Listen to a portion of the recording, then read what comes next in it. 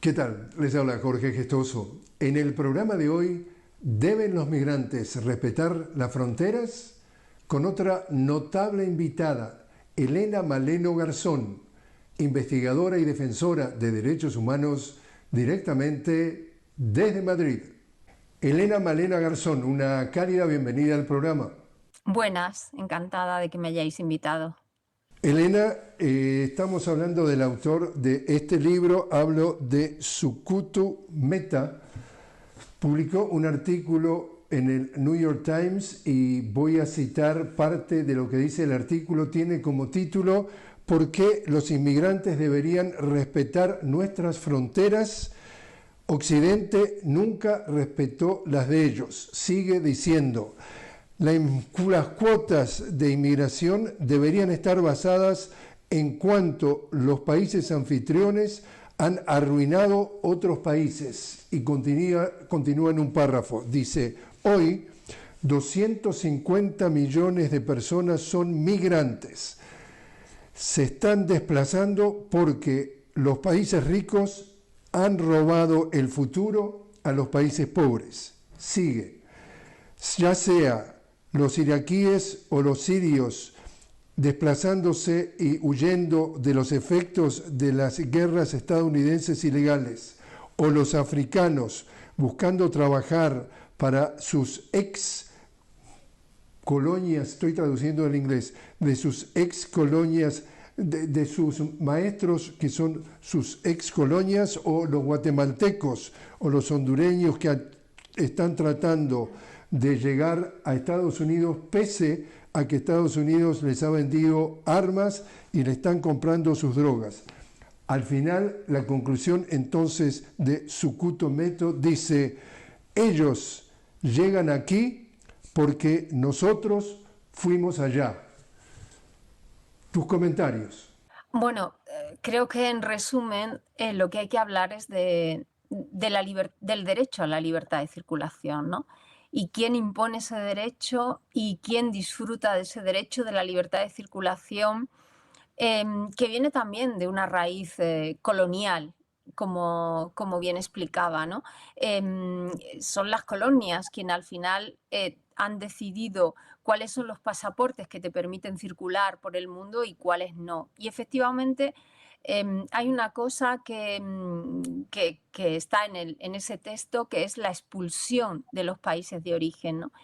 Nosotras hemos escuchado desde Mesoamérica, África, una frase que dicen mucho las mujeres que migran, que es no tenemos derecho a migrar, no tenemos derecho a migrar, pero tampoco tenemos derecho a no migrar. Y hay que hablar mucho de la expulsión de esas personas de sus territorios de origen, ¿no? Ahí se mencionaba la situación en África con el expolio de los recursos naturales, con el extractivismo, y también hay algo muy claro en estos momentos que define el movimiento de las personas en el mundo, y es el impacto del cambio climático en los territorios. Dentro de lo que he podido percibir y participar, tuve la oportunidad de estar en Rabat, en Marruecos, entrevistando a un sociólogo y le pregunté directamente por qué los africanos o los magrebinos, es decir, la gente que vive en los países del norte de África, se van a Europa, y su respuesta fue, se van en busca de lo que les ha robado Francia, se van en busca de lo que les ha robado España. ¿Estaba, no es cierto? Bueno, ahí tenemos que ver, no solo hay que ver esa mirada histórica, hay que hablar del presente. O sea, hay que hablar de por qué un pescador senegalés coge cayucos y sale con esos cayucos que tradicionalmente se usaban, embarcaciones que tradicionalmente son embarcaciones que se usaban para la pesca, pero ya no pueden pescar en sus tierras. Ya no pueden, esos recursos naturales están en manos de empresas, ¿no? De pesca francesas, de empresas españolas, ahora han entrado los chinos, pero si hablamos de pesca, hablamos también del uranio, hablamos también del coltán, hablamos de un montón de recursos naturales que están siendo extraídos por empresas del norte global, ¿no? Y claro, hace que las personas, los territorios que no son dueños de sus recursos naturales, pues las personas sean expulsadas de esos territorios porque no hay una subsistencia posible. Entonces, no es solamente el pasado, sino que es un presente en el que no hay justicia social entre los territorios y en el que hay un neocolonialismo que sigue vigente, ¿no?, en esos países. Si pudieras resumirlo en porcentajes, o si existen porcentajes, ¿dirías tú que qué porcentaje de los migrantes lo hacen por razones económicas o por razones religiosas o por razones del cambio climático? Depende, o sea, cada historia es diferente y cada contexto es diferente, ¿no? Pero ahora, por ejemplo, si hablamos de la gente que está saliendo del Sahel, de la zona del Sahel, que coge esa ruta desde Mauritania en el Atlántico y va hacia las Islas Canarias en el Estado español, en esa ruta migratoria del Sahel encontramos, bueno, pues huidas de conflictos bélicos, huidas del cambio climático, encontramos mucha infancia, ¿no?, que está siendo expulsada de sus territorios, que no tiene futuro. Y lo que a mí no me gusta, me parece, hablando también en el marco de esa libertad de circulación, el concepto este de migrante económico, refugiado, es un concepto muy maquiavélico, ¿no? Esgrimido desde los gobiernos del norte global, de muchas de esas democracias que dicen somos democracia, respetamos los derechos humanos y por lo tanto hacemos una criba. Claro, es que los refugiados, ¿no?, establecen categorías, los refugiados son mejores que los migrantes económicos y entonces a ellos sí los protegemos, pero luego dentro de los refugiados hay categorías, ¿no? Si te das cuenta, pues hay refugiados en el Estado español. Cuando la gente huía de Ucrania, del conflicto ucraniano, inmediatamente se les dieron documentación, se les dio trabajo, se les dio lugares donde quedarse y entraron miles de personas en muy poco tiempo. Sin embargo, cuando hablamos de refugiados que vienen, por ejemplo, de República Democrática de Congo, víctimas de todo lo que genera el expolio del coltán, pues para que consigan, ni siquiera consiguen citas. Es un infierno conseguir citas en el Estado español para pedir el asilo. Entonces, es muy maquiavélico hablar, ¿no?, de esa diferencia que se hace en el norte global entre refugiados, migrantes económicos y categorizar. Las personas se mueven, evidentemente, un porcentaje muy alto de las personas que se mueven lo hacen por razones que son ajenas a propias decisiones personales. Pero mucha gente en el mundo se mueve por decisión personal. Pero se establecen categorías. Pues un americano que quiere ir a estudiar a otro país se puede mover libremente, pero un niño senegalés que quiere ir a estudiar a Francia no puede hacerlo. Entonces, otra vez volvemos a ese debate, ¿no?, que tiene que estar patente sobre el derecho a la libertad de circulación. ¿Dirías tú que qué impacto político y económico están teniendo este tipo de migración? Bueno, hay un impacto económico muy importante, ¿no?, en ese bloquear el derecho al movimiento de las personas. O sea, que las personas no puedan moverse libremente por el mundo, esto está dando dinero a ciertos ¿no?, empresas, sobre todo empresas de control del movimiento y empresas vinculadas a la venta de armamento. Es muy perverso porque las mismas empresas que ganan dinero con esos conflictos bélicos, que venden esas armas, son las mismas que después, cuando las personas son expulsadas de sus territorios, construyen una serie de militarización en esos caminos, hacen rutas migratorias cada vez más complicadas y siguen ganando dinero. Fíjate que este sistema de control migratorio, este sistema de ganar dinero de las empresas y de los estados del norte global, bueno, pues mucho de ese control del movimiento se hace con tecnología del Estado sionista que está cometiendo ahora mismo un genocidio en Palestina. Mucho de esa tecnología genocida es tecnología que se implementa en las fronteras europeas y en las fronteras de Estados Unidos. ¿Tú dirías que hay integración, hay asimilación de los migrantes? Bueno, diría que las personas que llegan a los territorios al final se convierten, hay una parte, ¿no? Que es esa industria de la esclavitud. Es decir, cuando en el Estado español hay personas que tienen que pasar al menos 3 años en situación irregular, que están trabajando como esclavos en los invernaderos en las zonas del sur, o que están trabajando en los trabajos que nadie quiere, sin documentación, sin derechos reconocidos, están dando, ¿no? Es un negocio importante para el sistema capitalista. Estamos hablando que dentro de los territorios hay personas que siguen teniendo una frontera, que dentro de Estados Unidos, dentro de Europa, hay fronteras que están definidas pues porque no tienes documentación, porque tienes que aceptar trabajar en condiciones muy terribles, pero a pesar de eso, las personas migrantes construyen sus vidas, ¿no? Lo vemos, construyen sus vidas, a pesar, ¿no?, de que las propias estructuras dentro de los estados son estructuras racistas que no les permiten desarrollar los mismos derechos que otras personas que están en el estado, pero que al final, bueno, pues hay una construcción de las vidas y hay una lucha, ¿no? En el Estado español, por ejemplo,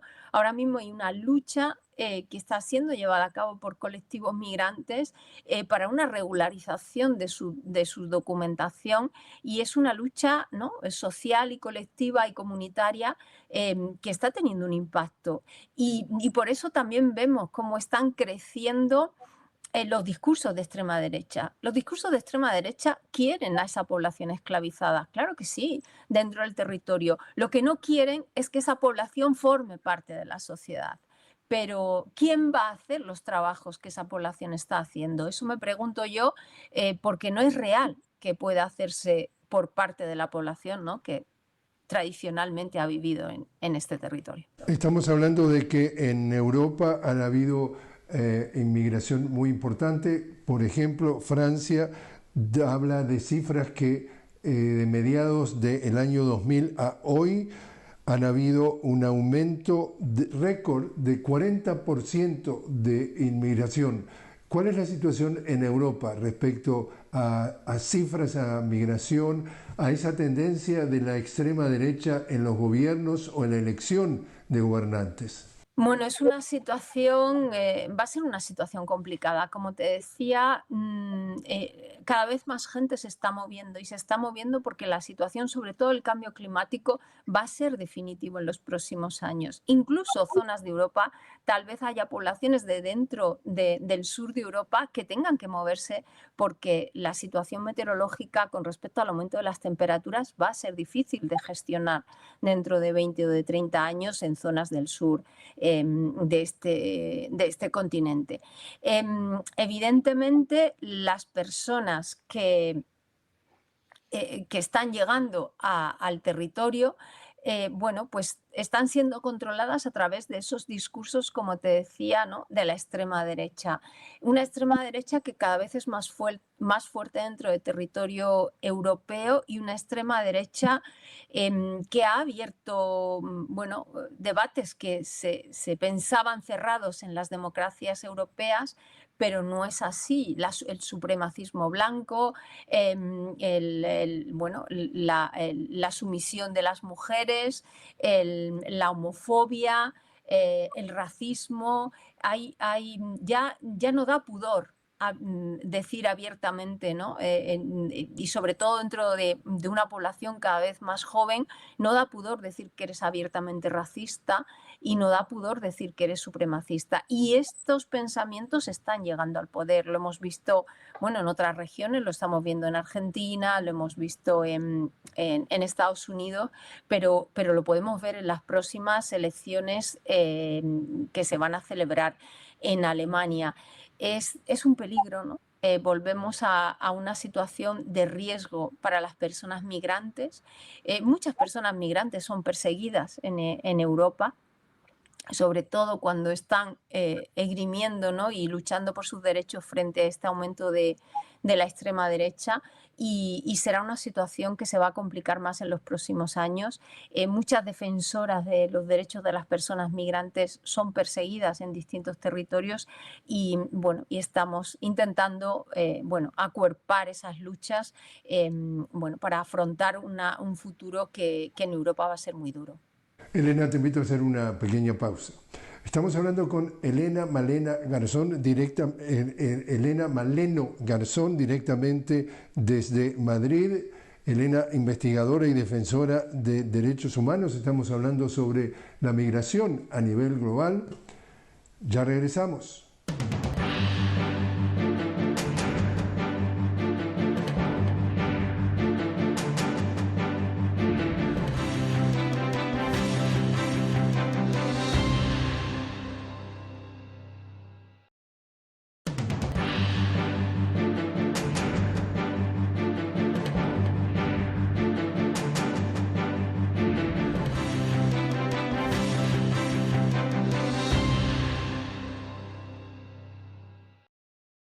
Continuamos hablando con Elena Maleno Garzón directamente desde Madrid sobre la migración a nivel global. Elena, investigadora y defensora de derechos humanos. Precisamente en el primer segmento, Elena, tú hacías referencia, digamos, a la persecución, a los ataques a los defensores de derechos humanos cuando tiene que ver el tema de la migración. Y en tu caso particular, tú has sido víctima de amenazas, intentos de asesinato e incluso agresiones físicas. Cuéntanos lo que has tocado vivir, lo que te ha tocado vivir.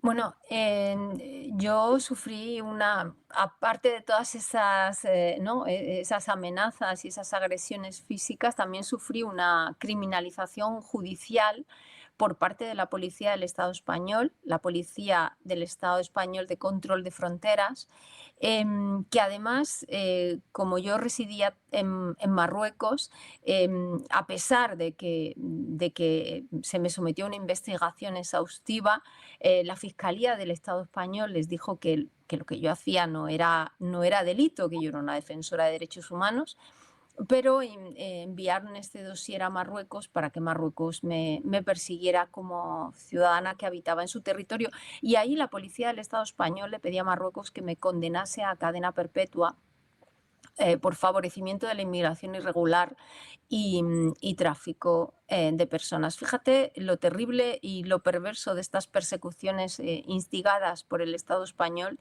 que en el dossier policial la policía española le decía a Marruecos que yo era una traficante sin ánimo de lucro. Es decir, que era traficante pero no ganaba dinero siendo traficante.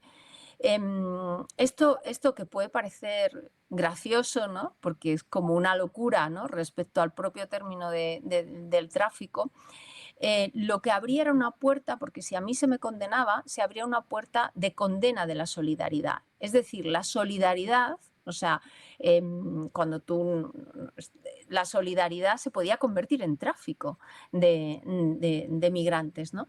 Y por eso fue tan importante ganar el procedimiento judicial, porque cuando ganamos se sentó un precedente, porque en mi caso, esa persecución que hizo el Estado español era para tener un caso ejemplarizante que sirviera de modelo europeo para otras personas que defienden derechos en Europa y otras organizaciones, ¿no?, que están protegiendo los derechos de las personas migrantes.